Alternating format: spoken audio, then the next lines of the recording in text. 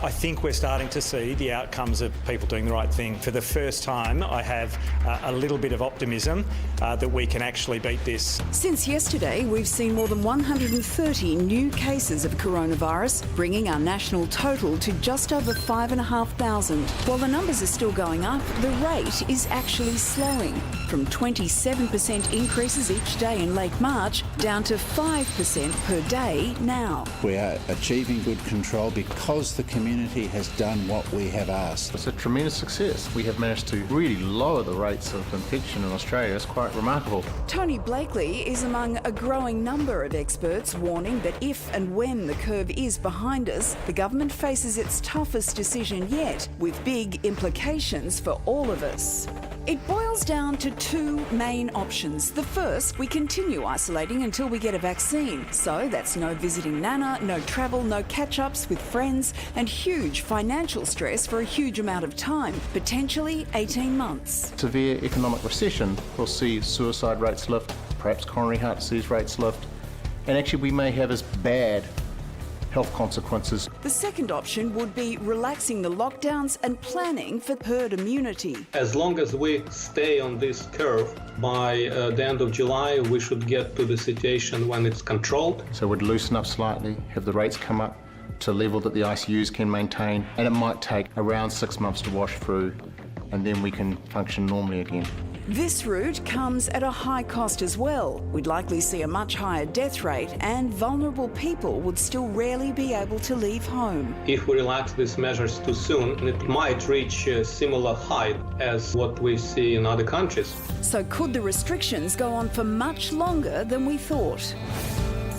Well, we're joined now by Deputy Chief Medical Officer Dr Nick Coatsworth. Nick, everyone wants to see the curve flatten, but do we need to prepare at least for the possibility that these lockdowns will continue right up until there's a vaccine? Peter, I think we have to prepare at least for a possibility of 6 months of restrictions, although the early signs obviously are very encouraging.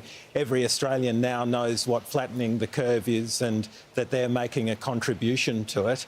And be assured that we're looking at this on a daily basis. We publish these statistics, and so the recommendation to keep the restrictions won't be in place for any longer than it needs to. But we're there at the end of the first quarter in the grand final, and we're a goal ahead, but we're nowhere near the premiership at this point. And we as Australians, we have to keep working together as a team so that eventually we can beat this virus. The speculation is that it could be up to 18 months for a vaccine, possibly even longer. Does that mean that it could be 18 months that we're in lockdown or virtual lockdown? I don't think we should be looking that far ahead for a couple of reasons, Peter. Firstly, I think the 6-month target is a very reasonable one that the government's put forward at the moment. There's a possibility that a vaccine, whilst it could be 12 to 18 months, every virologist in the world is looking at this, and we hope that it might be sooner.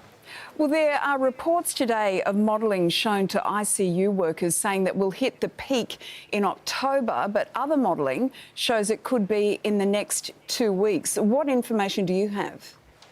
Well, I think that simply indicates the problems with modelling. It's a prediction of what may happen and not the reality. We did see a paper in the Medical Journal of Australia that said that we were supposed to be overwhelmed in our intensive care units today. So I think that the best figures that we have to deal with are the ones that are coming through on a daily basis. And today there are 90 Australians with coronavirus disease in our intensive care units, and 30 of those are on ventilators being supported with their breathing. I wish them all the best with their recovery. That is certainly a number we can cope with within our usual intensive care capacity, which is about 2,200 beds with ventilators at any one time. The Chief Medical Officer made the point today that 2,000 Australians have recovered from the coronavirus. Do we know if they've now got immunity from it or not? I think we can safely assume that they do have immunity. That's the body's reaction to having an infectious disease. The question is how long that immunity will be sustained. We don't know the answer to that. It won't be like chickenpox or measles where you get a lifelong sort of immunity, but you're likely to have immunity for the coming 12 months. So it's unlikely that you'll be infected again with coronavirus disease. Again, it's very early to tell these sort of things, but I think that's a reasonable assumption to make. Doc, you mentioned it's like quarter time in a footy game and we're up by a goal. Do you think it's cruel to use sporting analogies when we can't watch or play it at the moment? Exceptionally cruel to use a sporting analogy, and I thought as soon as I used it, I've got my little tacker who wants to play AFL this year. He's desperate. He's a little West Coast Eagle, and he can't play, and that's going all the way from a 6-year-old all the way through to professional sporting players. So this is having effects on our society, you know, and we're all going to have trouble dealing with it, and sport's a big thing for the Australian psyche. Thanks very much for your time, Nick. Thank you.